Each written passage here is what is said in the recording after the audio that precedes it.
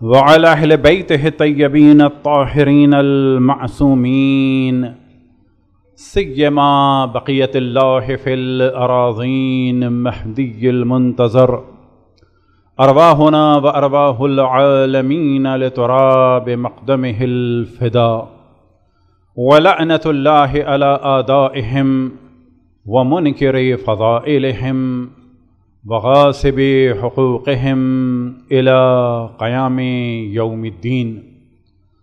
وقال الله تعالى وهو أصدق القائلين: لن تنالوا البر حتى تنفقوا مما تحبون وما تنفقوا من شيء فإن الله به عليم. صدق الله العلي العظيم.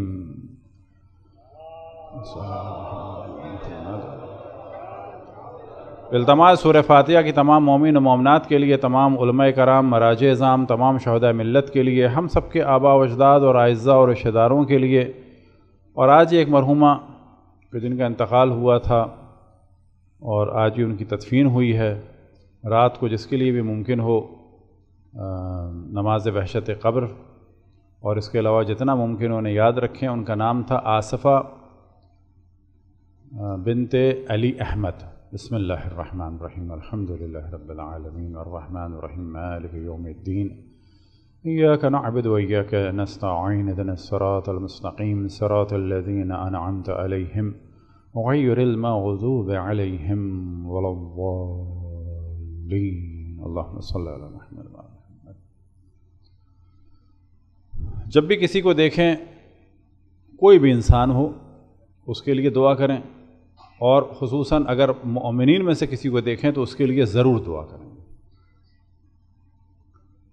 اور اس کے پرابلم کو سولو کرنے کی کوشش کریں.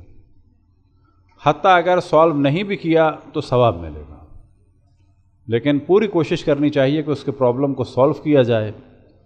اور یہ ذہن میں نہ رہے کہ ہمارا کوئی بلند مقام ہے، ہم بڑے پاور میں، یہ نیا آیا ہے، اس کو منہ لگائیں گے. تو یاد رکھیں کہ ممکن ہے وہ اس بلند مقام پہ پہنچ جائے کہ آپ کی حسرت ہو کہ وہ آپ کو منہ لگا لے. لہٰذا ہر انسان کا احترام کرنا چاہیے، چاہے وہ ہمارے کام کا ہو یا نہ ہو، اور چاہے وہ کسی بھی دین مذہب کا ہو.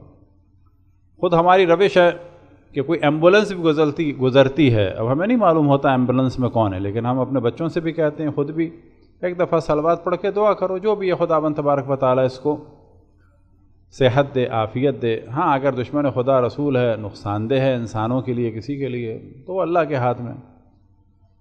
ابھی میں تقریباً شاید مجھے یاد پڑتا ہے کہ تقریباً 5-6 مہینے پہلے کہاں کا سفر تھا میرے ذہن میں نہیں، تو ایک ایئرپورٹ پہ تھا میں، اور ایک بچہ جو تھا وہ اس کے تلک بھی لگی ہوئی تھی. بچے سے مراد 14-15 سال کا لڑکا ہوگا، اس کی تلک لگی ہوئی تھی، والدین کی بھی تلک لگی ہوئی تھی. اور اس کو وہی جو بچوں میں تھوڑا سا اب نارملٹی ہوتی ہے، اب ڈاؤن سنڈرم تھا، کیا تھا، بالآخر ایک پرابلم تھا اس کو. اور وہ ادھر سے ادھر ایئرپورٹ پہ تنگ بھی کر رہا تھا ماں باپ کو، اور ہوں آوازیں نکال رہا تھا. جتنی دیر میں وہاں پر بیٹھا رہا، صلوات پڑھتا رہا اس بچے کے شفا کے لیے. تو اتنا بھی نہیں ہونا چاہیے نیرو مائنڈڈ کہ نہیں ہم دعا بھی کریں گے تو صرف اپنے شیعہ کے لیے کریں گے. نا، کوئی بھی انسان ہے پریشان ہے، اور یہ ہم بار بار کہہ رہے ہیں کہ دنیا کی اکثریت ایسی ہے کہ ان کو بیچاروں کو پتہ ہی کچھ نہیں ہے، جو جہاں پیدا ہو گیا وہ ویسا ہی ہے. تو لہٰذا دوبارہ ہم توجہ دلائیں کہ ہندو ہوں، سکھ ہوں، بودھسٹ ہوں، کنفیوشس ہوں، جین ہوں، جوڈائزم کے ماننے والے ہوں، یعنی یہودی ہوں، یا کرسچن ہوں، یا کوئی بھی ان کا دین نہ ہو، لیکن ہمارا اخلاق سب کے لیے ایسا ہونا چاہیے کہ رحمت للعالمین کی اس میں جھلک نظر آئے، پتہ چلے کہ یہ اہل بیت کے ماننے والے ہیں. اور یہ ذہن میں رہے کہ اس پر جتنی دہشت گرد تنظیمیں، ان میں سے کسی ایک کا تعلق بھی اہل بیت سے نہیں ہے. وجہ کیا ہے کہ اہل بیت سے تعلق کے بعد کتنا بھی آدمی برا کیوں نہ ہو، کچھ نہ کچھ اس میں شرافت نظر آئے گی. لیکن ہمیں کوشش کرنی چاہیے کہ جتنا ہمارا اہل بیت سے زیادہ تعلق ہو اور اتنے ان کے کردار کی جھلک نظر آئے. اور جو سب سے بہتر چیز ہے وہ تمام انسانوں کے لیے، بلکہ حتیٰ جانوروں کے لیے بھی ایک رحمت کا جلوہ نظر آئے. صلوات پڑھیں بر محمد و آل محمد. تو ذہن میں رکھیں کہ حتیٰ جانوروں کے ساتھ بھی ہمارے یہاں احکام ہیں، اور جو احکام اہل بیت علیہم صلی اللہ علیہ وسلم نے ہمیں دیے جانوروں کے بارے میں، واقعاً یہ الگ ٹاپک ہے، اس کو کبھی موقع ملا ڈسکس کریں گے. حتیٰ وہ اینیمل رائٹ کہیں پر بھی نہیں ہے. آپ کو تعجب ہوگا کہ اگر کوئی ریشم کے کیڑوں اور شہد کی مکھیوں کو بھی غذا نہ دے تو ہمارے فقہ اہل بیت کے مطابق ایک قاضی اس کو ضبط کر سکتا ہے یا اس کو مجبور کر سکتا ہے کہ ان کو دو کھانے کو. اسی طرح سے فقہ اہل بیت میں ہے یہ ہے کہ جو جانور پالا ہے وہ واجب النفقہ ہے. یہ آپ سنتے ہیں کہ بیوی کا نفقہ، بچوں کا نفقہ. نفقہ سے کیا مراد ہوتی ہے؟ خرچہ، یہ جو بھی ان کے ریکوائرمنٹ ہیں ایک نارمل طریقے سے. اب نہ سوچیے کہ بیوی لوئی وٹون کہتے تھے کہ جی مولانا نے کہا ہے. نا مجھے ضرورت ہے، ضرورت کی چیز ہے، اور جو اس کی شان کے مطابق ہے. ہر آدمی کا اسٹینڈرڈ الگ ہوتا ہے اور اس کے حساب سے اس کو گھر والوں کو دینا بھی الگ ہوگا. ایک بلینئر ہے، اس کو اپنے حساب سے الگ دینا ہوگا. جب وہ بلینئر $50 ماہانہ کماتا، $50 روزانہ کماتا تھا تو اس کی الگ ذمہ داری تھی. اب وہ بلینئر ہو گیا ہے تو الگ ہو گئی ہے. یاد رکھیں، اس کو کہتے ہیں شان کے مطابق. تو جانوروں کے بارے میں جو ہمارے فقہ اہل بیت میں تعلیمات ہیں وہ یہ ہے کہ جانور کا خرچہ واجب ہے، واجب النفقہ ہے، اور پھر اس کو دھوپ اور چھاؤں کا جو ہے، سردی اور گرمی کا ہے، اس کا بھی خیال کرنا ہوگا. اگر وہ نہ کرے، مثال کے طور پر بلی کو کہیں باہر باندھ دے گرمی میں اور کتے کو سردی میں کہیں چھوڑ دے اور بھوکا پیاسا چھوڑ دے، تو قاضی اور جج اس پر تعزیر بھی کر سکتے ہیں اور اس کو مجبور بھی کر سکتے ہیں کہ یا اس کو پالو یا اس کو پھر دے دو کسی کو. حتیٰ یہاں تک ہے کہ اس کے پیسے میں سے نکال کے اس جانور کو دے سکتے ہیں. صلوات پڑھیں بر محمد و آل محمد. بس یہ جو آپ سنتے ہیں وصیت، میں ہمیشہ مولا علی کی شہادت پر جانب توجہ دلاتا ہوں کہ مولا امیر المومنین کے جسم میں زہر پھیل چکا تھا، غش آ رہا تھا، لیکن اسی دوران جس کو ہم ایک مصائب کا جملہ سمجھ کے گزر جاتے ہیں، لیکن مولا امیر المومنین نے دو اہم ترین موضوعات کی جانب توجہ دلائی. ایک یہ تھا کہ ابن ملجم کو کھانا بھجوایا اور کہا کہ یہ پریشان ہے، اگر میں زندہ رہا تو پھر میں کروں گا جو کچھ ہے، اگر میں زندہ نہیں رہا تو تم لوگوں کے ہاتھ میں ہے جو قصاص لو یا دیت لو، لیکن فی الحال اس کو کھانا بھی بھجواؤ، یہ پریشان ہے.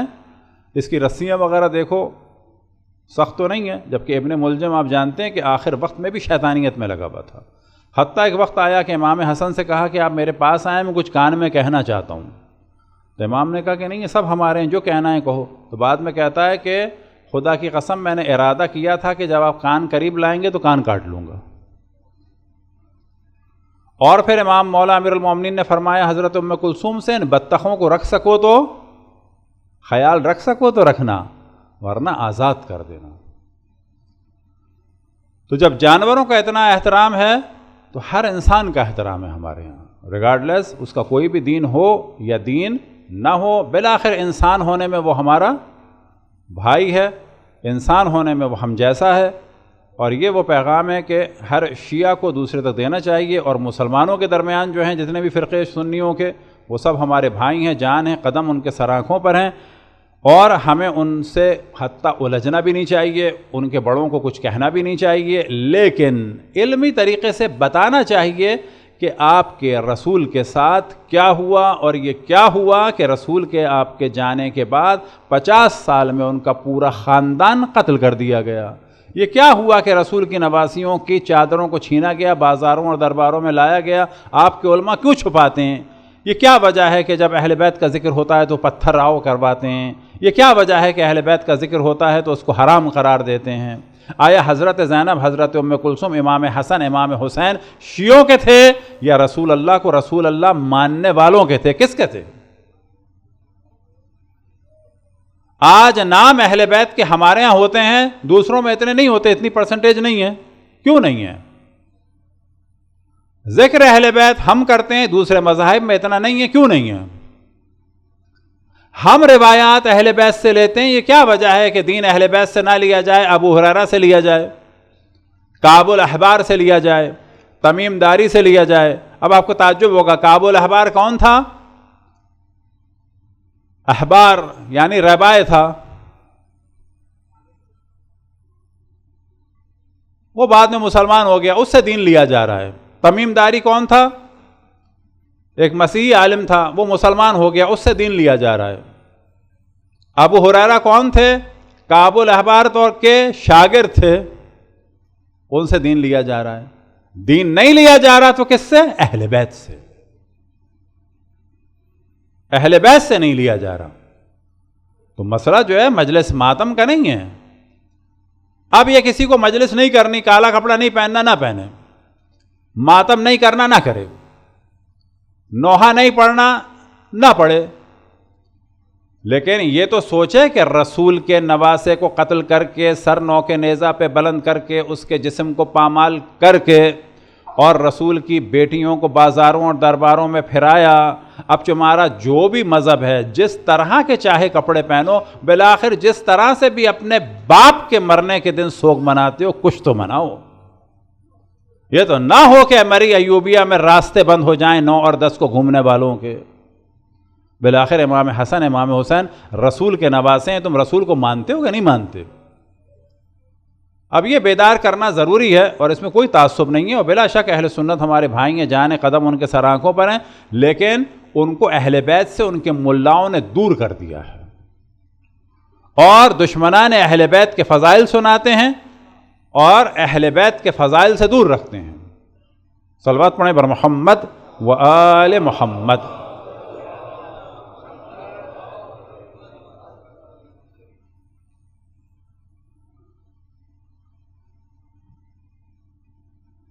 اب عام طور پہ ہمارے مجلس میں رواج نہیں ہے کوئی بھی کاغذ یا آئی پیڈ وغیرہ کا، لیکن مطمئن ہو جائیں کہ اتنی تفصیل سے روایت بیان ہو ہی نہیں سکتی تھی، اور یہ جو نہیں ہوئی ہے وہ وجہ یہی ہے کہ جو رسم پڑ جاتی ہے اس کو چھیڑنا مشکل ہو جاتا ہے۔ ہمارے استاد آیت اللہ العظمیٰ بہجت کے صاحبزادے تھے، محمد بہجت، آج کل بیمار ہیں، دعا کریں اللہ سبحانہ و تعالیٰ کو شفا عاجل و کامل عطا فرمائے۔ صلوات پڑھیں ان کی صحت و سلامتی کے لیے بر محمد وآل محمد صلوات۔ وہ یہ کہتے تھے جو کرنا ہے کرو کوئی، اور ذہن میں رکھو ثم ماذا۔ ثم ماذا سے مراد تو کیا ہوا، پھر کیا ہو جائے گا، ہو کیا جائے گا۔ تو ہم بھی اسی روش پہ چلتے ہیں، جو کرنا ہوتا ہے کرتے ہیں، جو کہنا ہوتا ہے کہتے ہیں، اس کے بعد اپنے آپ کو یہ کہتے ہیں تو ہوگا کیا، کر کیا لے گا کوئی۔ یعنی اگر یہ آئی پیڈ نہ ہوتا اور اس روایات کو ہم 4-6 جملے بیان کر کے آدھے آدھے گزر جاتے، وہ زیادہ بہتر ہے، یا حرف بحرف بیان ہو گیا وہ زیادہ بہتر ہے۔ اب اگر کوئی ناراض ہو گیا تو کیا کر لے گا، کر کیا لے گا وہ۔ یہاں پہ ثم ماذا، تو جو انسان کو کرنا ہو ڈنک کی چوٹ کرے۔ صلوات پڑھیں بر محمد و آل محمد۔ سورہ توبہ نازل ہوئی تھی 9 ہجری میں، اس کے بھی تقریباً آخر میں، یعنی آخر زمانے کا یہ سورہ ہے، 9 نمبر پر ہے، اور خصوصیت یہ ہے کہ اس میں بسم اللہ نہیں ہے، اور اسی کی آیت نمبر 101 ہے کہ جس کا ہم نے عام طور پہ ذکر کیا، ممن حولکم من الاعراب منافقون، کہ اے مسلمانوں مدینہ کے ارد گرد جو یہ بدو ہیں، دیہاتی ہیں، ان میں منافق ہیں۔ وَمِنْ أَهْلِ الْمَدِينَةِ مَرَدُوا عَلَى النِّفَاقِ، اور اہل مدینہ میں ایسے ہیں جو نفاق میں شدید ہیں۔ بس کسی بھی شہر کا نام نفاق کے ساتھ قرآن میں نہیں آیا سوائے مدینہ کے، یاد رکھیں۔ مدینہ میں منافقین تھے۔ ابھی منافق کون تھے؟ یہ سب وہ تھے کہ جو رسول اللہ صلی اللہ علیہ وسلم کو دیکھتے تھے، ان کے سامنے تھے، اور جھوٹا اعلان کرتے تھے اسلام کا، لیکن در حقیقت وہ اندر سے کافر تھے۔ منافق یہ ہوتا ہے۔ بعض دفعہ لوگ کہتے ہیں تقیہ اور نفاق ایک ہے، کیونکہ عام طور پہ منافق کی ڈیفینیشن کیا بیان ہوتی ہے؟ اندر کچھ باہر کچھ۔ اس کو لوگ کہہ دیتے ہیں منافق۔ نہ، ایسا نہیں ہے۔ مثال کے طور پہ اندر سے میں تھکا ہوا ہوں، آپ گھر پہ آئیں، میں کہہ رہا ہوں نہیں آئیے آئیے بیٹھیں، آپ کہیں نہیں آپ تھکے پہ ہوں گے، میں نے کہا نہیں بیٹھیں بیٹھیں، تو کیا یہ نفاق ہے؟ یعنی اس کے لیے سورہ منافقون نازل ہوئی ہے۔ مجھے آپ کا کھانا اچھا نہیں لگا، میں نے برا نہیں کہا، یہ نفاق ہے؟ یا مجھے بھوک تھی، نہیں کہا کھانا دے دو، یہ نفاق ہے؟ نہ، یاد رکھیں نفاق پرٹیکولرلی ایک چیز ہے، اور وہ کیا ہے اصل میں نفاق؟ کہ اندر سے انسان کافر ہے، اسلام کو نقصان پہنچانے کے لیے اس نے مسلمان ہونے کا روپ دھارا ہوا ہے اور اسلام کو نقصان پہنچاتا ہے، یہ ہے منافق۔ اور مولا امیر المومنین کے دشمنوں کے لیے یہی آیا کہ جو بھی مولا علی سے بغض رکھتا ہے وہ منافق ہے۔ اب تقیہ اور نفاق یاد رکھیں بالکل 180 ڈگری کا فرق ہے۔ ایک دفعہ ہمارے دوست کہہ رہے تھے کہ اس میں 360 کا فرق ہے، میں نے کہا پھر تو فرق ہی کچھ نہیں ہے۔ 360 ڈگری میں کتنا فرق ہوتا ہے اندازہ؟ کوئی فرق نہیں ہے، 180 ڈگری کا فرق ہے۔ تقیہ میں اندر اسلام ہے، جان بچانے کے لیے کفر ظاہر ہو رہا ہے۔ منافقت میں اندر کفر ہے، اسلام کو نقصان پہنچانے کے لیے اسلام ظاہر ہو رہا ہے۔ بالکل ایک دوسرے کے متضاد ہیں، بالکل ایک دوسرے کے اگینسٹ ہیں، بالکل 180 ڈگری کا فرق ہے۔ اور ان منافقین سے آگاہ کیا سورہ برات میں آخر زمانے میں، لیکن پہلے جیسے ہم نے توجہ دلائی کہ بعد اشرف الانبیاء نفاق کا چیپٹر ہی کلوز ہو گیا، یعنی مدینے میں منافق بھرے پڑے ہیں پکے پکے، لیکن بعد میں کیا ہو گیا؟ جس نے بھی رسول اللہ کو دیکھا اب اس کو کہیں گے یہ صحابہ ہے، اور اس کے نفاق کی بات ہی نہیں کریں گے، وہ جو چاہے کر دے، مالک ابن نویرہ کو مار دے، ان کی بیوی کی عزت لوٹ لے، ان کے سر کو کاٹ کے اس پہ کھانا پکائے، یہ سب کے سب کھانا کھا رہے ہیں، صحابی کے سر کو چولہے کے طور پر استعمال کر رہے ہیں اور کھانا کھا رہے ہیں۔ اب آپ کہہ کچھ نہیں سکتے۔ مذہب حق اہل بیت میں کیا ہے کہ نہ، حق بات کرنی ہے اور سب کو برابر نہیں بنانا ہے، اہل بیت سے کسی کا بھی کوئی مقایسہ نہیں ہے۔ تو سورہ توبہ آخر زمانے میں نازل ہوئی اور اس میں مشرکین کے بارے میں اور خصوصاً ان منافقوں کے بارے میں توجہ دلائی گئی۔ اب اللہ سبحانہ و تعالیٰ اور انبیاء کی ایک روش ہوتی ہے، حق کو بیان کرنے کے لیے کبھی کبھی دوسروں کو چانس دیتے ہیں، بالکل ویسے ہی جیسے کہ خیبر میں لگاتار سب کو چانس دیا، اور جن کو علمدار بنا کر اور بڑا بنا کے بھیجا وہ فوج کو کہہ رہے تھے یجبنہم، یعنی سردار یہ کہہ رہا تھا کہ یہ سب کے سب جو ہیں بزدل ہیں۔ اب یہ کہنے والا کون ہے؟ صحابی۔ اب یہ بزدل کس کو کہہ رہے ہیں؟ صحابیوں، اصحاب کو کہہ رہے ہیں۔ فوج کیا کہہ رہی تھی؟ یجبنہو، فوج کیا کہہ رہی ہے؟ کہ یہ بزدل ہے۔ یعنی فوج میں کتنے لوگ ہوں گے؟ یعنی لگاتار کئی سو اصحاب گواہی دے رہے ہیں کہ یہ بھائی صاحب بزدل ہیں۔ اب ان کی گواہی ماننی چاہیے کہ نہیں ماننی چاہیے؟ بالکل ماننی چاہیے، جب وہ کہہ رہے ہیں بزدل ہیں تو ماننی چاہیے۔ لیکن اشرف الانبیاء نے سب کو موقع دیا تاکہ یہ نہ ہو کہ ہم بھی قلعہ فتح کر لیتے تھے، ہمیں تو چانس ہی نہیں دیا، فوراً علی کو آگے بڑھا دیا، ہم بھی کر لیتے یہ۔ لیکن جب سب ناکام ہو گئے تو اشرف الانبیاء نے کیا فرمایا کہ میں کل علم دوں گا، پرچم دوں گا، کس کو؟ لَأُوتِيَنَّ غَدًا رَعَيَةً رَجُلًا، مرد کو دوں گا۔ تو یہاں پر بھی مراد ہے، کیا مراد ہے؟ ایک دفعہ تو ہم کہتے ہیں کہ فلانا بھی جینڈر کے حساب سے ہے، لیکن ایک دفعہ ہم کہتے ہیں یہ مرد ہے واقعی، یعنی شجاع ہے۔ صرف جینڈر کے اعتبار سے مرد ہونا کافی نہیں ہوتا، لیکن ایک دفعہ ایک آدمی بہت خالص بات کرتا ہے تو کہتے ہیں مرد ہے۔ اب آپ پوچھیں گے دوسرے والا مرد نہیں ہے؟ نہ، وہ بھی مرد ہے، لیکن بعض دفعہ کم سے کم اردو اور عربی میں تو ایسا ہے، اور فارسی میں بھی ہے، اور لینگویج میں بھی ہوگا، اور میرے خیال میں تو انگلش گرامر میں بھی ہے، لٹریچر میں، کہ اس کو کہا جاتا ہے مین، ایک خاص لہجے میں، کہ پتہ چلتا ہے کہ یہ واقعاً کائنڈ مین ہے مثلا۔ تو آپ نے فرمایا کہ میں پرچم دوں کس کو؟ رجلن کرارن غیر فرار، اور اللہ اس کے ہاتھ پر فتح عطا فرمائے گا۔ تو یہ سب کچھ کیوں اتنے دن کام کیا؟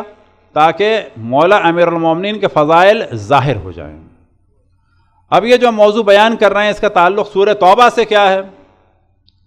سورہ توبہ کو لے جانا تھا کچھ لوگوں کے پاس مختلف شہروں میں اور گاؤں دیہات میں، تو پہلے رسول اللہ صلی اللہ علیہ وآلہ وسلم نے سورہ توبہ لے کر بھیجی جناب ابو بکر کے ذریعے سے، اور جب وہ راستے ہی میں تھے تو لوگوں کو تیزی سے بھیجا کہ بلاؤ واپس۔ جب وہ آ گئے تو آپ نے فرمایا کہ نہیں، تم نہیں جاؤ گے اس کی تبلیغ کرنے کے لیے، بلکہ اب جو الگ الگ استعمال الفاظ ہوئے وہ سب ہم بیان کر دیں گے کہ اللہ کی جانب سے حکم آیا ہے کہ اے نبی یا تم جاؤ گے یا وہ جائے گا کہ جو تم سے ہے۔ تو یہاں پر ممکن ہے کوئی سوال کرے، اسی وجہ سے ہم نے گفتگو کو لمبا کیا، کیا رسول اللہ نے پہلی دفعہ غلطی کی تھی؟ نہیں، غلطی نہیں کی تھی، حکم خدا یہ تھا کہ پہلے بھیجو اور پھر اس کے بعد واپس لے لو۔ اور یہیں سے استدلال کیا جاتا ہے کہ جس کو ایک سورے کی تبلیغ کے لیے اجازت نہیں دی تو اپنے بعد پورا دین کیسے دے دیا جائے گا؟ تو یہاں پر مولا امیر المومنین فرماتے ہیں فَأَنْشَدُكُمْ بِاللَّهِ هَلْ فِيكُمْ أَحَدٌ أَمَرَهُ رَسُولُ اللَّهِ صلی اللہ علیہ وآلہ وسلم لِيَأْخُذَ بَرَأَةً مِنْ ابی بکر، کیا تمہارے درمیان کوئی ایسا ہے کہ جس کے لیے رسول اللہ صلی اللہ علیہ وآلہ وسلم نے فرمایا ہو کہ جاؤ اور جناب ابو بکر سے سورہ برات کو لے لو؟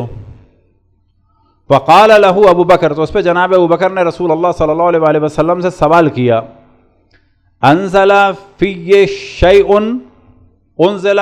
شیء، کیا میرے لیے کچھ اللہ کی جانب سے نازل ہو گیا ہے؟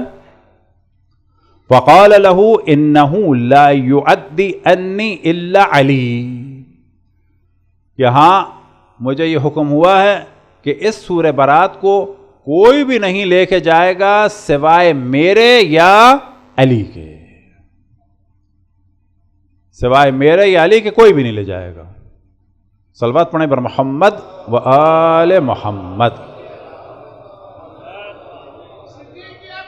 علی علی علی علی علی علی علی علی علی علی علی علی فاطمہ فاطمہ فاطمہ، ماشاء اللہ۔ جو صلوات پڑھتے ہوئے تشریف لے آئیں، بیچ بیچ میں جگہیں ہیں، تھوڑی تھوڑی اس کو فل کر لیں تو بہتر ہے۔ صلوات پڑھیں بر محمد و آل محمد۔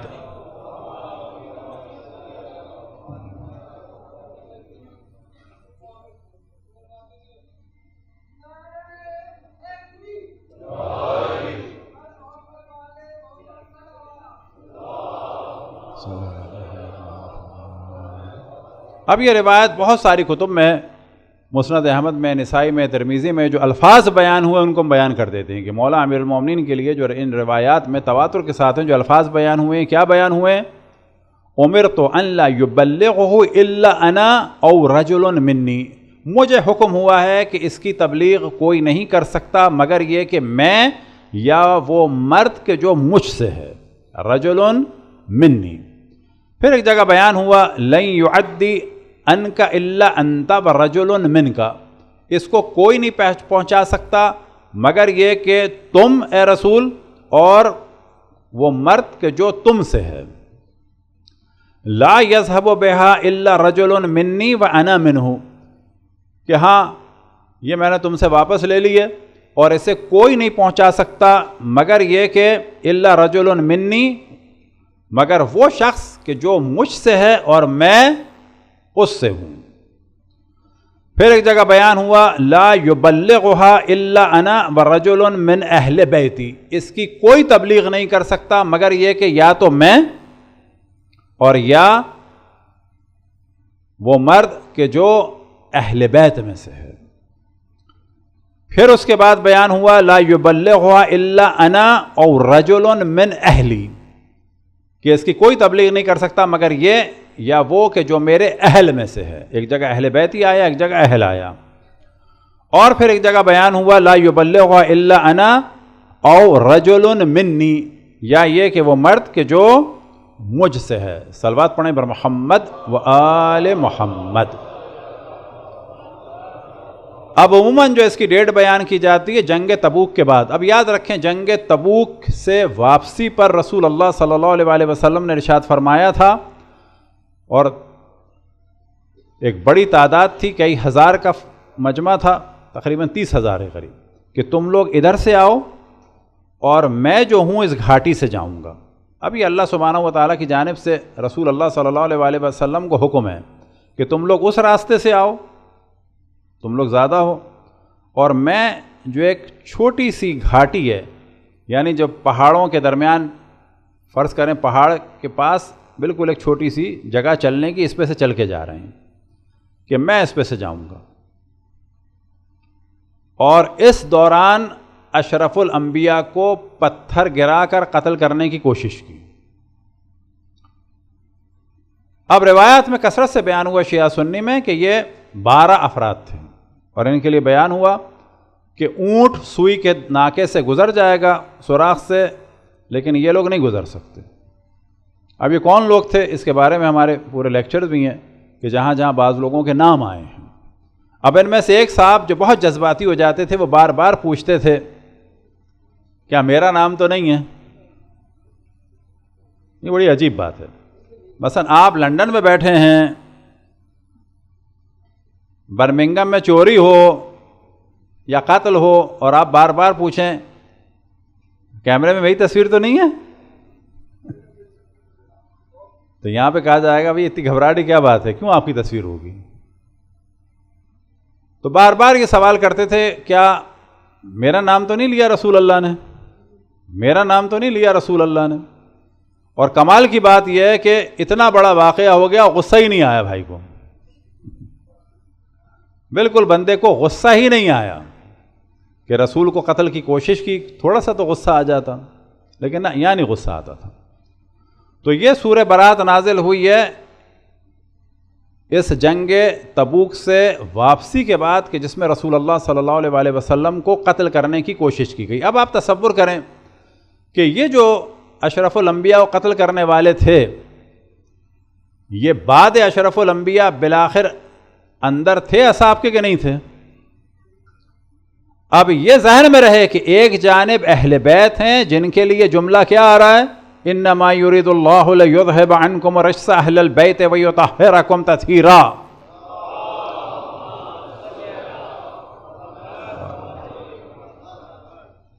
اب سب سے زیادہ لطیف اور عجیب موضوع یہ ہے کہ کسی بھی حدیث میں صحابہ کی کوئی ڈیفینیشن ہی نہیں ہے۔ یہ جتنی ڈیفینیشن ہے یہ بعد میں بنائی ہوئی ہیں۔ مثلا بخاری نے ڈیفینیشن بنائی کہ جو بھی دیکھ لے، ابن حجر نے ڈیفینیشن بنائی کہ جو دیکھے اس عالم میں کہ ایمان لا چکا ہو اور بعد میں مسلمان مرے۔ ابھی انہوں نے کیوں شرط لگائی؟ تو کہتے ہیں کہ وہ لوگ جو اسلام لا کے رسول اللہ کو دیکھ چکے تھے، لیکن ان میں سے کچھ کافر بھی ہو گئے تھے، کہ جن میں سے ایک کا ہم نے نام لیا تھا کہ حضرت ام حبیبہ کے شوہر تھے، کیا نام تھا ان کا؟ عبید اللہ ابن جہش۔ ہجرت حبشہ میں گئے تھے، اور جانے کے بعد بجائے یہ کہ وہاں نجاشی یا مسیحیوں کو، کرسچن کو مسلمان بنا دے، خود کرسچن ہو گئے۔ کس کی زندگی میں؟ اشرف الانبیاء کی زندگی میں۔ صحابی بھی ہیں اور پھوپھیزاد بھائی بھی ہیں، بچپن سے تعلق بھی ہے، گئے ہیں اسلام کا پیغام لے کے، لیکن دوسرے کا پیغام اثر کر گیا۔ ان کا نام تھا عبداللہ ابن معذرت عبید اللہ ابن جہش۔ تو کیا کہا جائے گا ایسے کو؟ تو وہ کہتے ہیں نہیں، کیونکہ یہ مسیحی ہو گئے تو یہ صحابہ نہیں رہے۔ اس کا مطلب ہے کہ یہ سب کچھ ہو سکتا ہے۔ تو مولا امیر المومنین کو یہاں سے اس روایت کے ذریعے سے اشرف الانبیاء، اس کام کے ذریعے سے اشرف الانبیاء نے فضیلت دی، کیونکہ اگر پہلے ہی بھیج دیتے تو یہ کہا جاتا کہ یہ تو بھیج دیا تھا، لیکن اصل فضیلت یہ تھی کہ بھیجنے کے بعد روکا، اور روکنے کے بعد بلایا، اور بلانے کے بعد کہا کہ تمہارے روکنے کا حکم ہے، اور یہ ہے کہ یا میں پہنچاؤں یا علی ابن ابی طالب پہنچائیں۔ صلوات پڑھیں بر محمد و آل محمد۔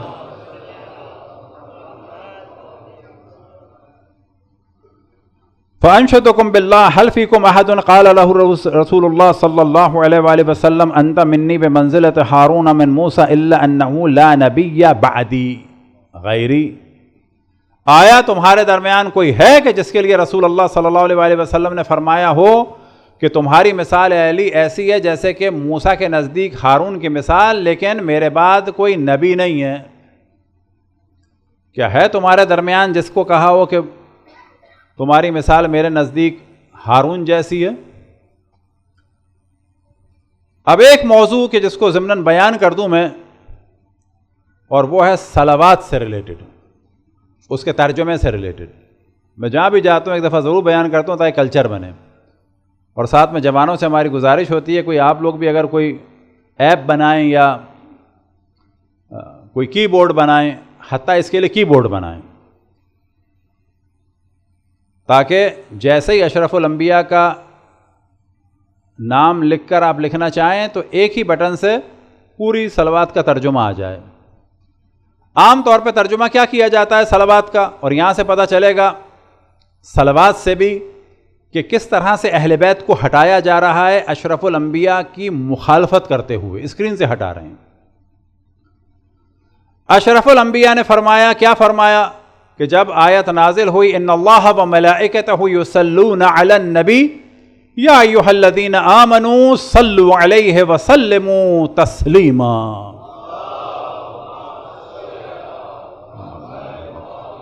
اب یاد رکھیں کہ ایک عجیب ہوا چلی ہوئی ہے دنیا میں کہ جی قرآن جو ہے وہ اللہ نے نازل کیا ہے اور کسی کے سمجھانے کی ضرورت نہیں ہے، کہ اللہ کو عربی نہیں آتی، ایک ہمارے مولوی بھی کہہ رہے تھے کہ اللہ کو عربی نہیں آتی جو حدیث کی ضرورت ہے، یعنی کیا مراد؟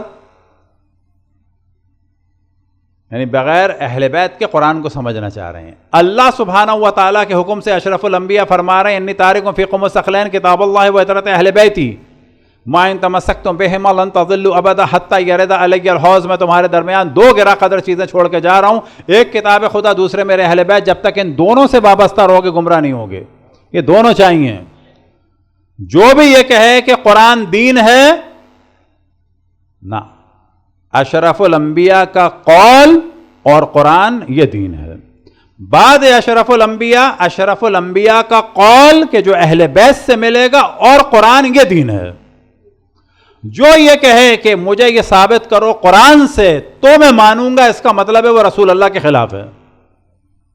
کس نے کہا قرآن دین ہے؟ قرآن اور تعلیمات رسول اللہ، اور اشرف الانبیاء کی شہادت کے بعد اور دنیا سے جانے کے بعد دین کیا ہے؟ قرآن اور قول اشرف الانبیاء جو اہل بیت سے ملے گا۔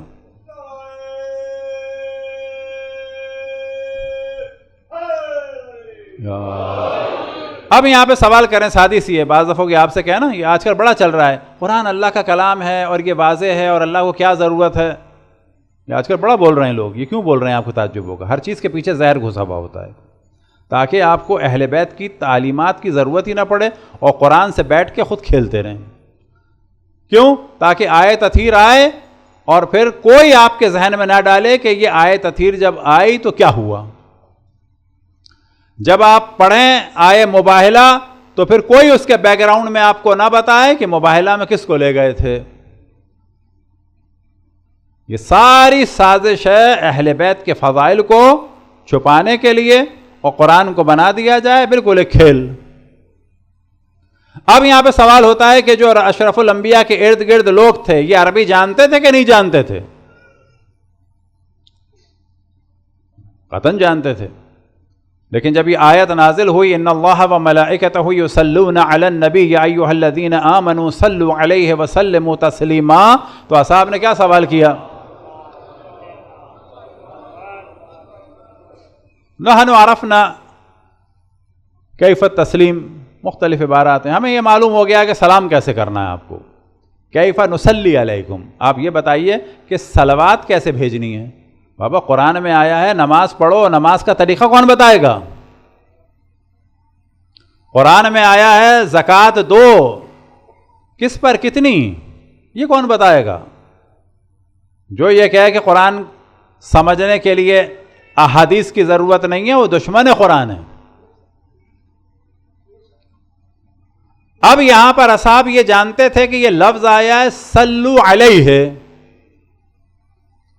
انہوں نے کہا صلو کیسے کرنا ہے، کیسے صلوات پڑھنی ہے؟ یعنی یہاں پہ آ رہا ہے نماز پڑھو، وہاں پر بھی صلو آ رہا ہے. یہاں پر بھی آ رہا ہے کہ جب اشرف الانبیاء کا ذکر ہو تو کیا کرو، وہاں پر بھی لفظ صلو آ رہا ہے. تو کیا کریں، اشرف الانبیاء کے بعد نماز پڑھیں نام لے کے؟ تو یہاں پر سوال ہوا کہ یہ کیسے کرنا ہے، کیف نصلی علیکم؟ تو آپ نے فرمایا قولوا اللہم صلی علی محمد وآل محمد، یا اللہم صلی علی محمد وعلی آل محمد. اور پھر آپ نے فرمایا کہ میری آل کے بغیر صلوات نہ بھیجنا، دم کٹی صلوات. لا تصلی علی صلاۃ بطرا، مجھ پر یہ کہہ کے صلوات نہ بھیجنا اللہم صلی علی محمد. اب آپ کو تعجب ہوگا، بعض ہمارے مذاہب اسلامی قطعاً وہ ہمارے ان کے ماننے والے جانیں، لیکن جانیں کہ ان کے علماء کتنے دشمن تھے اہل بیت کے. اب آپ کو تعجب ہوگا کہ عربی میں یہ لکھا ہوا آ رہا ہے. کیا لکھا ہوا آ رہا ہے؟ قال رسول اللہ صلی اللہ علیہ وآلہ وسلم لا تصلی علی صلاۃ بطرا، لیکن اسی جگہ لفظ محمد پر اشرف الانبیاء کے نام پر جو صلوات لکھی ہے بغیر آل کے ہے. تصور کریں، اسی جگہ، اور اسی جگہ جہاں پر آ رہا ہے اللہم صلی علی محمد، وہاں پر بھی آل کو کاٹا جا رہا ہے. یعنی جس روایت میں اشرف الانبیاء کا قول بیان ہو رہا ہے کہ مجھ پہ صلوات بھیجو تو بغیر میری آل کے نہ بھیجنا، تو وہاں پر بھی اشرف الانبیاء کے نام پر جو صلوات لکھی جا رہی ہے وہ کیا لکھی جا رہی ہے؟ صلی اللہ علیہ وسلم، وداؤٹ آل. یہ بغض اہل بیت کی انتہا ہے، بغض اہل بیت. کہ کہیں ایسا نہ ہو کہ یہ آپ جانتے ہیں اس کے پیچھے کیا ہے، خود علماء نے لکھا ہے اس کو، کہ یہ ہم ایسا اس لیے کرتے ہیں کہ لوگوں کے ذہن میں یہ نہ آئے کہ اگر اہل بیت کا ذکر ہوا تو وہ اصحاب سے افضل ہیں. تم اللہ کے رسول کے مقابلے میں کھڑے ہوئے تو اللہ کا لاکھ لاکھ شکر ہے کہ نماز میں بدل نہیں پائے. جب نماز میں صلوات بھیجتے ہیں تو کیا بھیجتے ہیں تمام ہمارے برادران اہل سنت؟ وآلہ. لیکن عام زندگی میں آپ دیکھیں، وہ ہمارے قطن بھائی جان ہیں، انہوں نے بتایا جو عام اہل سنت ہیں وہ سب ہمارے بھائی جان ہیں، ان کے علماء نے ان کو اہل بیت سے دور کیا ہے. یعنی آج کوئی یہاں بھی محفل میں ہو، وہ فون کرے کسی دیوبندی مولوی کو کہ میں جا رہا ہوں مجلس میں، تو وہ پہلا کام کیا کہے گا؟ گناہ ہے، سینما چلے جاؤ، مری چلے جاؤ، حتیٰ شراب بھی پی لو لیکن مجلس میں نہ جانا. وجہ کیا ہے؟ کہ وہاں پتہ چلے گا کہ امام حسین کے قاتلوں میں کون کون تھے، مولا علی سے جنگ کرنے والوں میں کون کون تھے، جناب سیدہ کو ستانے والے کون کون تھے. اب اگر وہ کہیں نا کہ ناچ گانے کی محفل میں چلے جاؤ، مثلا پاکستان میں کسی ناچ گانے کی محفل میں پتھراؤ ہوا ہے آج تک؟ کوئی ایک ریکارڈ نکالیں. راتوں کو مہندی مانجا ہوتا ہے، پورا محلہ ڈسٹرب ہوتا ہے. کبھی کسی جگہ مہندی مانجے میں پتھراؤ ہوا ہے؟ کسی ایک جگہ نہیں. لیکن اہل بیت کی محفلوں میں کتنی جگہ پتھراؤ ہوتا ہے. یہ کیوں آرمی آگے پیچھے چلتی ہے، پولیس آگے پیچھے چلتی ہے؟ کسی سینما ہال میں بم دھماکہ ہوا ہے؟ نہیں ہوا. پاکستان کا سب سے تگڑا شیئر کون سا ہے؟ آپ کو تعجب ہوگا. مری میں شراب کی کمپنی ہے اس کا، ظاہراً مری بیوریج وغیرہ، کبھی اس پہ دھماکہ نہیں ہوا. لائسنس کے ساتھ شراب بک رہی ہے پاکستان میں، اس پر ہوا، ہم نہیں کہتے دھماکہ ہوا. تو شرابی پہ بھی دھماکہ جائز نہیں ہے. اب آپ کہیں گے شراب کا دفاع ہو رہا نا، شرابی کی سزا، شراب بیچنے کی سزا الگ ہے. دھماکہ کر کے قتل نہیں کر سکتے اس کو. آپ اس کو نصیحت کر سکتے ہیں، قتل نہیں کر سکتے. لیکن کتنے بھی دھماکے ہوئے ہیں امام حسین کے ذکر پہ؟ کتنے پتھراؤ ہوتے ہیں امام حسین کے ذکر پہ؟ ابھی آج خبروں میں آئے گا عاشور کے دن کہ پورے پاکستان میں جلوس امن و امان سے گزر گیا. کس سے خطرہ تھا؟ عیسائیوں سے، ہندوؤں سے. انڈیا میں خبر آتی ہے یہ. البتہ انڈیا یاد رکھیں دنیا میں واحد ملک ہے کہ جہاں پر عاشور کی تعطیل ہے اور نان مسلم ملک ہے، یاد رکھیں. عرب مسلمان ممالک میں نہیں ہے حسین کے نواسے، رسول کے نواسے کے قتل کے دن چھٹی. انڈیا میں ہے. وجہ کیا ہے؟ کہ وہ کافر ہیں، منافق نہیں ہیں. پوری دنیا میں انڈیا منفرد ہے اس معاملے میں. تو آپ یہ دیکھیں کہ عام افراد جو اہل سنت کے ہیں، کیونکہ وہ اچھے ہیں، عام افراد، ہم بار بار کہہ رہے ہیں کہ وہ ہمارے بھائی ہیں، جان ہیں، قدم ہیں، ان کی خدمت کرنی چاہیے. آپ کے پڑوس میں کوئی اہل سنت ہوں، ان کی خدمت کریں. وہ بیمار ہوں ان کے پاؤں دبائیں، ان کے لیے دوا لائیں، ان کی گھاس کاٹیں، ان کا کام کریں. بزرگ ہو تو ان کی واقعاً خدمت کریں، نہلانا کریں، دھلانا کریں. اہل سنت تو قطعاً بھائی ہیں ہمارے. حتیٰ ہندو و سکھ اس کے ساتھ بھی کریں جو کر سکتے ہیں، وہ تو قطعاً اہل سنت ہمارے بھائی ہیں. آپ دیکھیں کہ جو عوام اہل سنت ہیں، حتیٰ ایکٹر، ایکٹریسز، ٹی وی کے ہوسٹ، سنگر، مختلف صحافی، جب وہ نام لیتے ہیں کیا کہتے ہیں؟ رسول اللہ صلی اللہ علیہ وآلہ وسلم. کیونکہ وہ ملا نہیں ہے.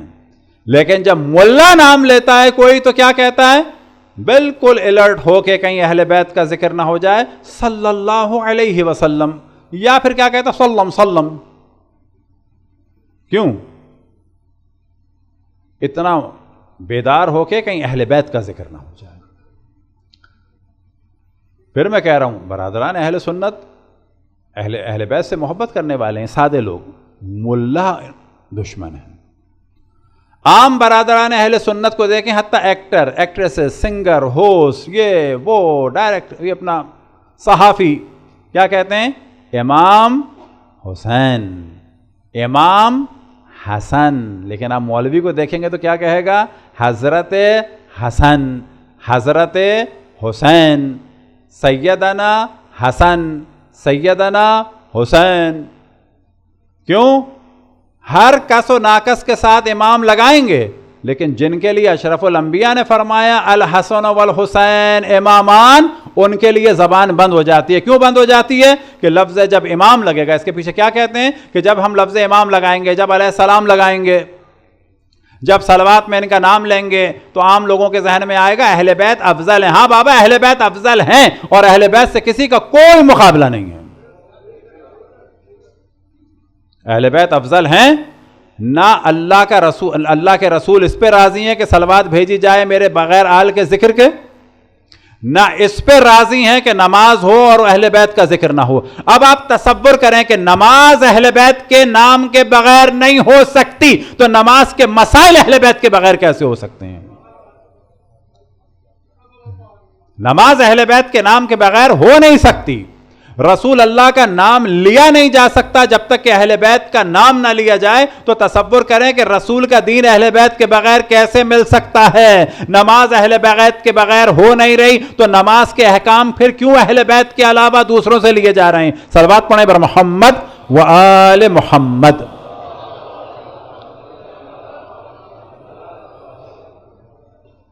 اب آ گیا وہ اصل موضوع.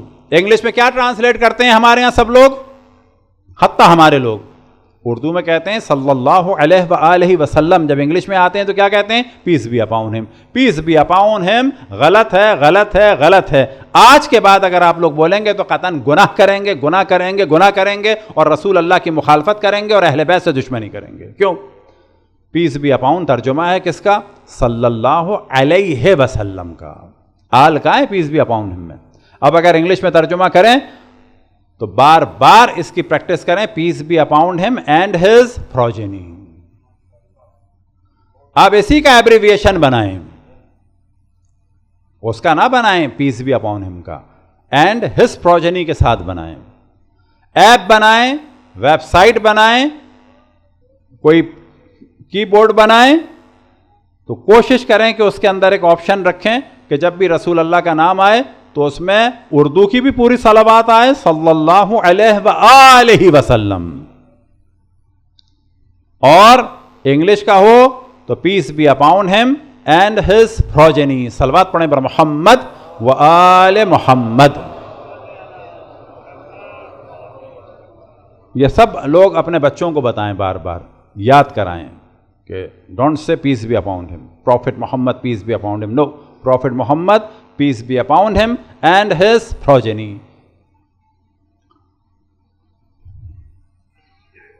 پھر فرماتے ہیں مولا علی فَأَنْشَدُكُمْ بِاللَّهِ أَتَعْلَمُونَ أَنَّهُ أَمَرَ بِسَدِّ أَبْوَابِكُمْ وَفَتَحَ بَابِي. کیا تم لوگ یہ جانتے ہو کہ رسول اللہ صلی اللہ علیہ وآلہ وسلم نے مسجد نبوی میں کھلنے والے سارے دروازوں کو بند کر دیا تھا اور میرا دروازہ کھلا رکھا تھا؟ فَقُلْتُمْ فِي ذَلِكَ، اور جب یہ واقعہ ہوا، اب تاریخ میں کیا ہے کہ ایک وقت آیا کہ بحکم خداوند تبارک و تعالی، کیونکہ ہمارا عقیدہ یہ ہے کہ اشرف الانبیاء جو بھی کام کرتے ہیں خداوند تبارک و تعالی کے حکم سے کرتے ہیں، وَمَا يَنطِقُ عَنِ الْهَوَىٰ. اب یہ دیکھیں، یہ واضح فرق ہے ہم میں اور دیگر مذاہب اسلامی میں. ہم یہ کہتے ہیں کہ اشرف الانبیاء اس وقت نبی تھے کہ جب حضرت آدم کی خلقت بھی نہیں ہوئی تھی. صحیح ہے؟ اب ہمارے مقابلے میں جو لوگ ہیں اہل بیت کے مقابلے میں، اب آپ دیکھیں نا، پھر وہی بات، جب یہ ہم عام باتیں پہنچتی ہیں ہمارے برادران اہل سنت میں سے کسی کے سامنے، وہ کہتے ہیں بات تو بڑی صحیح ہے، وہ مان جاتے ہیں، ایسا نہیں ہے. اب دوسری جانب کیا نظریہ ہے کہ رسول اللہ صلی اللہ علیہ وآلہ وسلم پر وحی نازل ہوئی اور گھر پہ آ کے انہوں نے بیان کیا، معاذ اللہ معاذ اللہ. حضرت خدیجہ نے جا کے اپنے چچا زاد بھائی سے، ورقہ ابن نوفل سے، کہ جو کرسچن ہو گئے تھے اور تورات و انجیل کا مطالعہ کرتے تھے، تو انہوں نے کہا مبارک ہو آپ نبی بن گئے ہیں. یعنی حضرت آدم سے لے کے حضرت عبداللہ تک سب یہ دعا کر رہے ہیں کہ یہ نور ظاہر ہو، اور اس نور کو نہیں پتا کہ میں نبی ہوں. اس نور کو نہیں پتا کہ میں نبی ہوں. کون بتا رہا ہے رسول اللہ کو؟ ورقہ ابن نوفل. یہ فرق ہے مذہب اہل بیت میں اور دوسروں میں. یا مثال کے طور پر آج کل جتنے کیریکیچر بنتے ہیں، جس کو ہم لوگ کارٹون بھی کہہ دیتے ہیں، لیکن کیریکیچر جو بنتے ہیں وہ یاد رکھیں کہ وہ سب کے سب کی بنیاد کیا ہے؟ سیاست. اب آپ کو تعجب ہوگا، ایک موضوع ہے، اس پہ ہمارا لیکچر بھی ہے. صحیح بخاری کا ایک موضوع ہے کہ جب وحی رک گئی، اور تاریخ طبری میں اور دیگر میں موضوع ہے کہ جب پہلی وحی آئی. اب آپ تصور کریں، اس کے بعد اگر کوئی رسول اللہ کا معاذ اللہ مخالف ہو جائے تو اس کا حق ہے. دو موضوعات ہیں، ایک تاریخ طبری کہ جو ہمارے برادران اہل سنت کی اہم ترین کتاب ہے، اس میں ایک موضوع کیا ہے، اس میں ہمارا لیکچر ہے باقاعدہ، اگر آپ جا کے دیکھیں، پروفٹ محمد لکھیں، ساتھ میں سوسائٹ لکھیں تو آ جائے گا.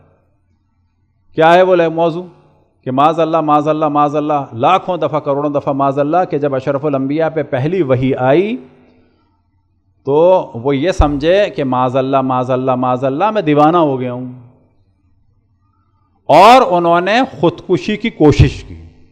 معاذ اللہ معاذ اللہ.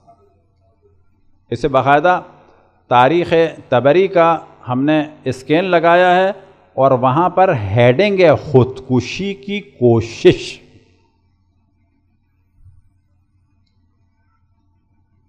اور پھر جناب جبرائیل آئے اور کہا کہ آپ نبی بن گئے ہیں. کوشش کی خودکشی کی، تو وہ کہتے ہیں کہ مجھے پاگلوں سے انتہائی چڑ تھی، پھر مجھے احساس ہوا میں تو خود ہی پاگل ہو گیا ہوں. معاذ اللہ معاذ اللہ. صحیح بخاری کا موضوع کیا ہے کہ جب اشرف الانبیاء پر وحی رک گئی، تو جب جب وحی میں گیپ آ جاتا تھا تو وہ خودکشی کی کوشش کرتے تھے، پہاڑ سے چھلانگ لگا لیں. معاذ اللہ معاذ اللہ. کتنی دفعہ؟ مرارن. اب آپ کہتے ہیں کہ یہ دشمن رسول اللہ کا مذاق بنا رہے ہیں. نا، آپ کی کتابیں رسول اللہ کا مذاق بنوا رہی ہیں. یہ فرق ہے نبوت اہل بیت سے لینے میں اور کعب الاحبار، تمیم داری اور ابو ہریرہ سے لینے میں. یہ فرق ہے. جو لوگ کہتے ہیں نا اہل بیت کا فائدہ کیا، یہ فائدہ ہے. اللہ ملے گا اہل بیت سے جو جوشن کبیر میں ہے، اور بخاری میں ملے گا کیا کہ ثم یضع الرب قدمہ، کہ جہنم کہے گی کیا روز قیامت، حل من مزید، حل من مزید، اور ہیں جہنم کے لیے، اور ہیں تاکہ میرا پیٹ بھر جائے. جہنم کہے گی میرا پیٹ بھرو، لوگ ختم ہو جائیں گے. اب لوگ ہی نہیں بچیں گے جہنم کے لیے، لیکن جہنم کہے گی حل من مزید، حل من مزید. یہ سورہ ظاہراً سورہ صاد کی تفسیر میں ہے، صحیح بخاری میں، حل من مزید، حل من مزید. جہنم کہے گی اور دے اور دے. اب لوگ تو ختم ہو جائیں گے جہنمی. آخر میں کیا ہوگا؟ ثم یضع الرب قدمہ، تو اللہ سبحانہ و تعالیٰ اپنی ٹانگ ڈال دے گا. جب اللہ اپنی ٹانگ ڈال دے گا تو کیا ہوگا؟ جہنم کہے گی قط بے عزتے کا، بس بس بس تیری عزت کی قسم، پورا پیٹ بھر گیا. اب تصور کریں، ایک جانب دعائے جوشن کبیر ہے، دعائے کمیل ہے، دعائے مجیر ہے، اور ایک جانب یہ ہے کہ اللہ اپنی ٹانگ جہنم میں ڈالے گا. یہ فرق ہے اگر اللہ لیا جائے اہل بیت سے اور اللہ کو سمجھا جائے غیر اہل بیت سے. صلوات پڑھیں بر محمد و آل محمد.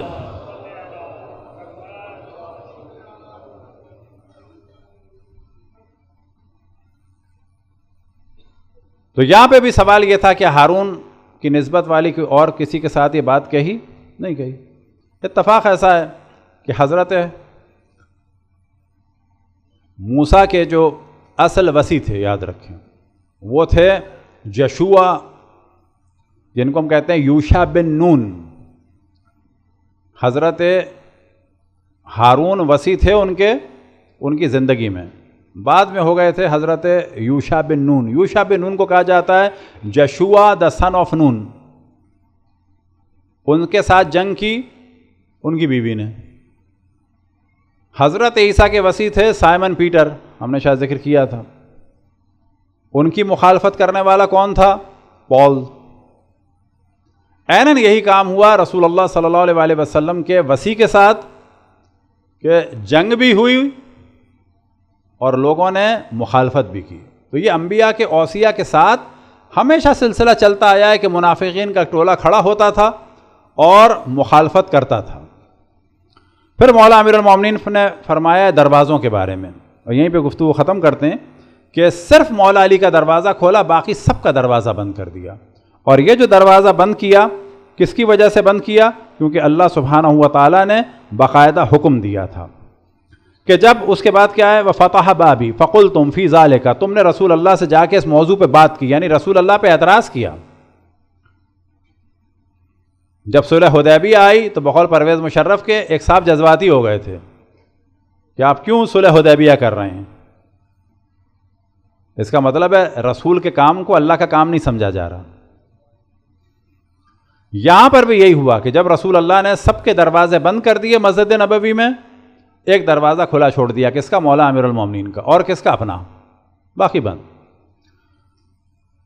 فَقُلْتُمْ فِي ذَلِكَ، تم نے جا کے رسول اللہ سے اس موضوع پہ بات کی. فقال رسول اللہ صلی اللہ علیہ وآلہ وسلم وما انا سددت ابوابکم، میں نے تمہارے دروازے بند نہیں کیے. ولا انا فتحت بابہ، اور میں نے علی کا دروازہ کھلا نہیں چھوڑا. بل اللہ سد ابوابکم، بلکہ اللہ نے تمہارے دروازے بند کیے ہیں. وفتح بابہ، بلکہ اللہ نے علی کا دروازہ کھولا ہے. اور یہاں سے پتہ چلا کہ اشرف الانبیاء کا جو بھی کام ہے، چاہے جناب سیدہ کا ہاتھ چومیں وہ اللہ کے حکم سے ہے، جناب سیدہ کے لیے دوڑ کے جا کے ان کو سینے سے لگائیں تو یہ اللہ کے حکم سے ہے، جناب سیدہ کو اپنی جگہ پہ بٹھائیں یہ اللہ کے حکم سے ہے. اور اگر اپنی محفل سے کسی کو غصے کے عالم میں دنیا سے جانے سے 4 دن پہلے اٹھائیں اور کہیں قوموا انی، نکل جاؤ میرے پاس سے، تو وہ بھی اللہ کے حکم سے ہے. یا علی. آج کا دن حضرت عباس سے منسوب ہے، معذرت کچھ دیر ہو گئی، حضرت عباس سے منسوب ہے. جناب عباس کے بارے میں یہ ذہن میں رہے کہ مولا امیر المؤمنین کی جو خواہش تھی اور جو دعا تھی اس کا نتیجہ تھے.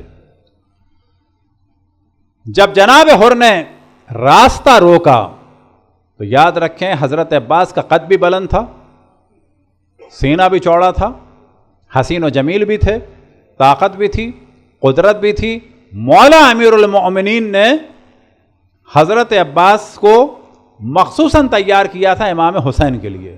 روایتوں میں نقل ہوا کہ کنویں سے پانی بھی نکلواتے تھے حضرت عباس سے، اور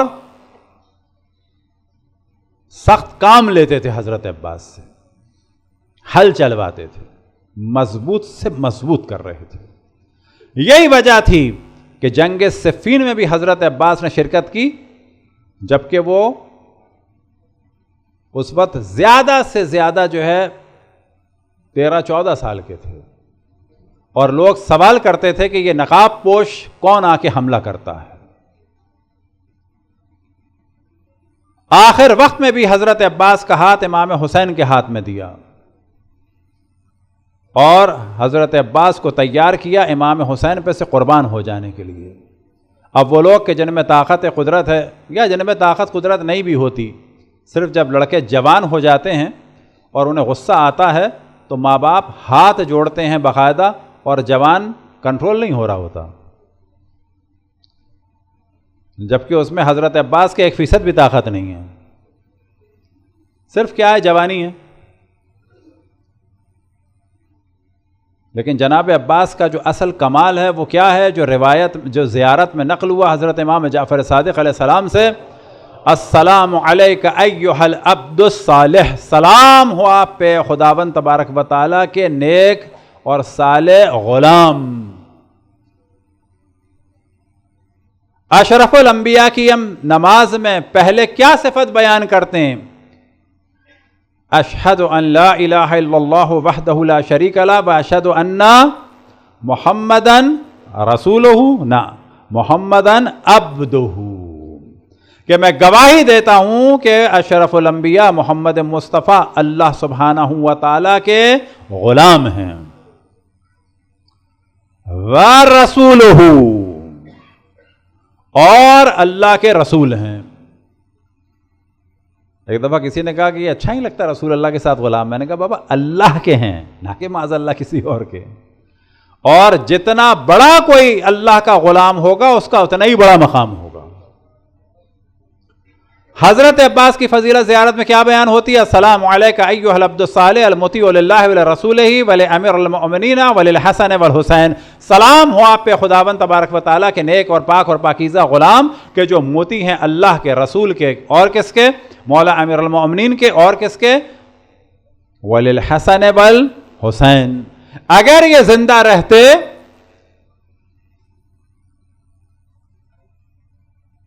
کسی امام کی زندگی تک بھی، فرض کر لیں امام زمان کے ساتھ ہوتے، تو کیا آج زیارت ہوتی ان کی؟ الموتی وللہ وللرسول ولامیر المؤمنین وللحسن والحسین ولزین العابدین ولمحمد الباقر وجعفر صادق، یہ سب کے موتی ہوتے۔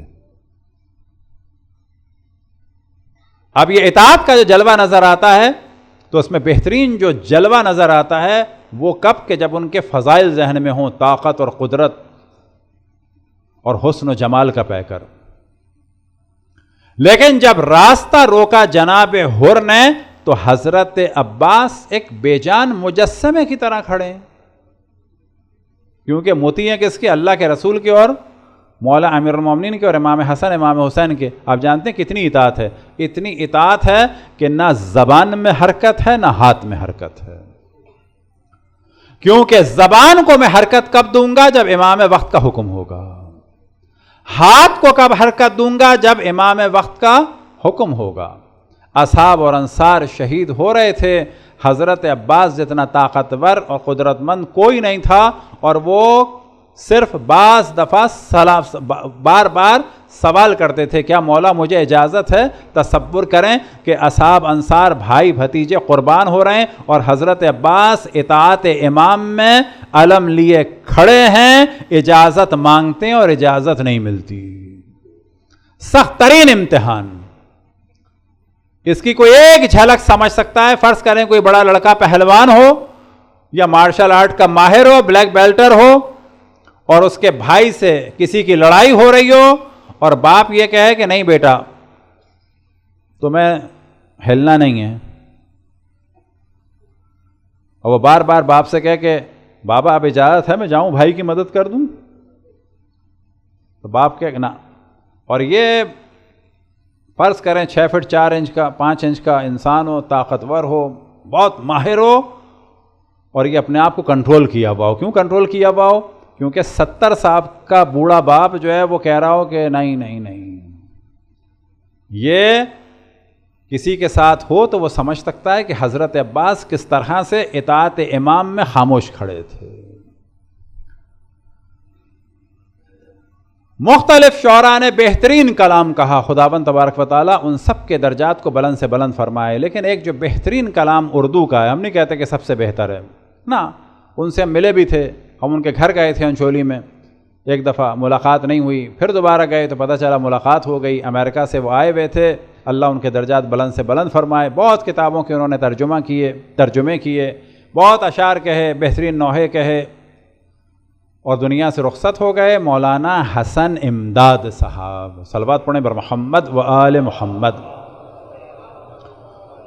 اور امام جناب حضرت عباس کی شان میں ہم نہیں دعویٰ کرتے کہ ہم نے سارے کلام پڑھے نا، جو بہترین کلاموں میں سے ایک کلام ہے وہ مولانا حسن امداد صاحب کا ہے، جو سچے صاحب نے پڑھا تھا، ہجبر دشت نینوا.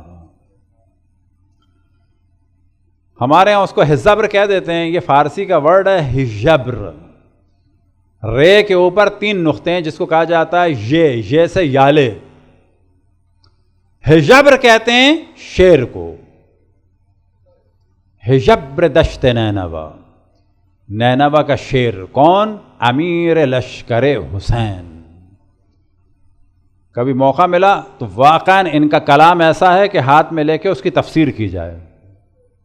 جو الفاظ انہوں نے استعمال کیے ہیں، جو نقشہ کھینچا ہے، واقعاً حضرت عباس کی پوری فضیلت تو کوئی نہیں بیان کر سکتا، لیکن ان کے واقعاً احترام کے مطابق ہے.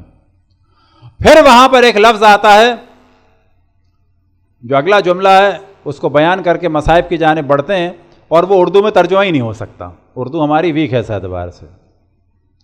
نہنگ قلزم وغا، نہنگ قلزم وغا.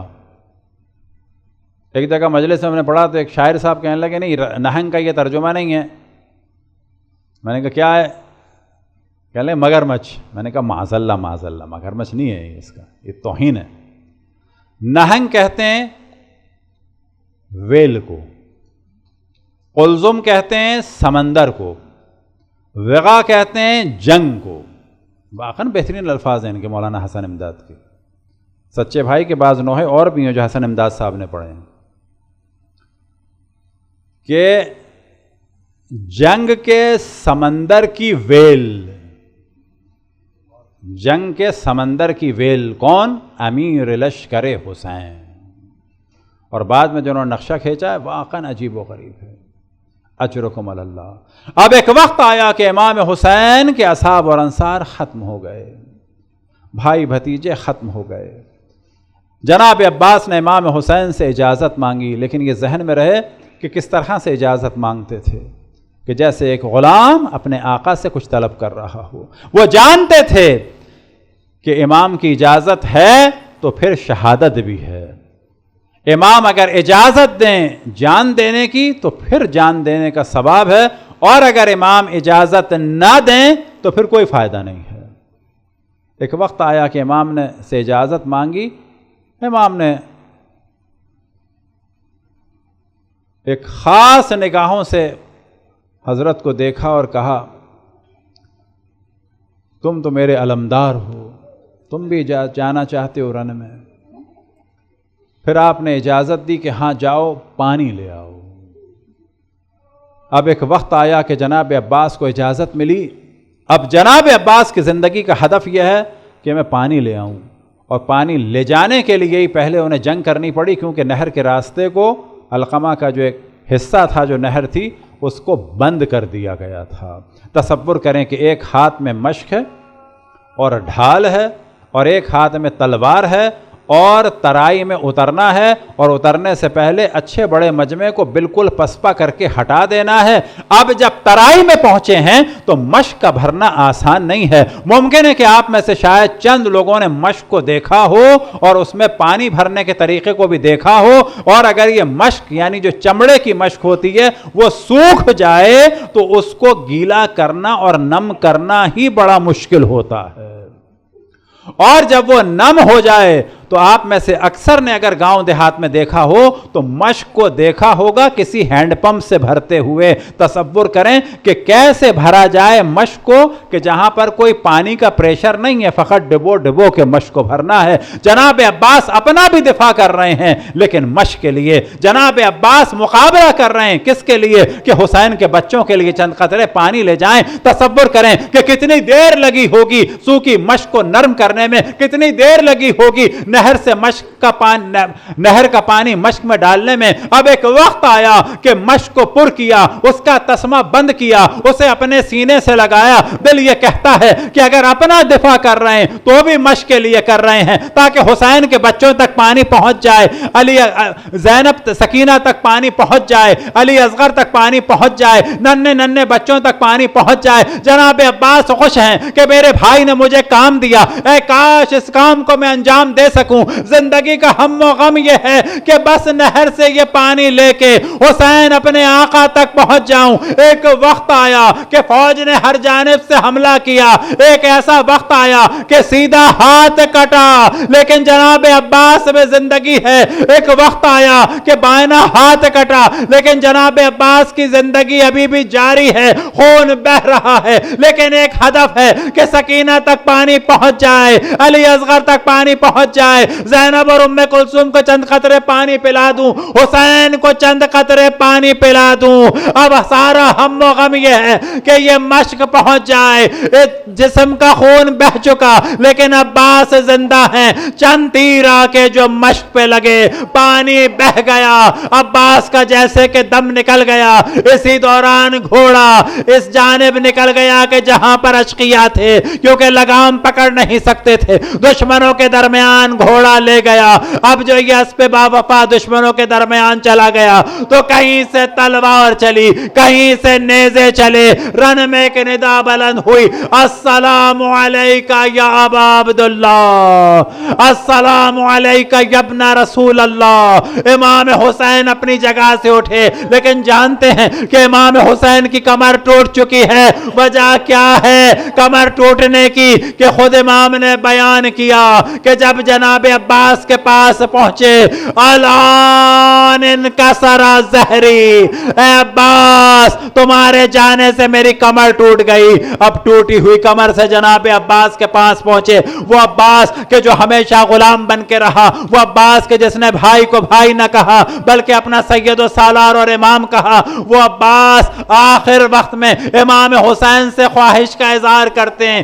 کیا اظہار کرتے ہیں؟ کہ بھیا ایک آنکھ میں تیر ہے، ایک آنکھ میں خون ہے، میں آپ کی زیارت چاہتا ہوں۔ ارے کس طرح سے امام کی زیارت کے لیے جناب عباس نے یہ درخواست کی ہوگی، امام کی زیارت کی اور پھر وصیت کی کہ مجھے جہاں پر ہوں وہیں پہ دفن کر دیجئے گا۔ ارے وہ عباس کہ جو ہر وقت حسین کے ساتھ رہتا تھا، کیا اس کی تمنا نہ تھی کہ میں مروں بھی حسین کے ساتھ اور دفن بھی حسین کے ساتھ ہوں؟ آج جناب عباس کی قبر ہوتی امام حسین کی زری میں، لیکن عباس نے وصیت کی کہ جہاں میرا دم نکلے وہیں مجھے دفن کرو۔ شاید وجہ یہ ہو کہ کہیں ایسا نہ ہو کہ میری لاش کو عباس، میری لاش کو حسین اٹھائے، میری لاش کو زینب اٹھائے۔ ایسی وصیت کی کہ کہیں میری بہن کے لیے مشکل نہ ہو جائے، میرے بھائی حسین کے لیے مشکل نہ ہو جائے۔ اس وصیت کا کرنا تھا کہ دم نکل گیا، رن میں ایک ندا گونجی، الان انکسر ظہری وقلت حیلی، اے عباس تیرے جانے سے میری کمر ٹوٹ گئی، اے عباس اب میرا کوئی چارہ نہ رہا۔ بیویوں نے ندا دی ہوگی، اے عباس اب تمہارے جانے کے بعد کون ہماری چادر کا محافظ ہوگا؟ واہ عباسا، واہ عباسا کی ندائیں بلند ہو گئی۔ ماتم حسین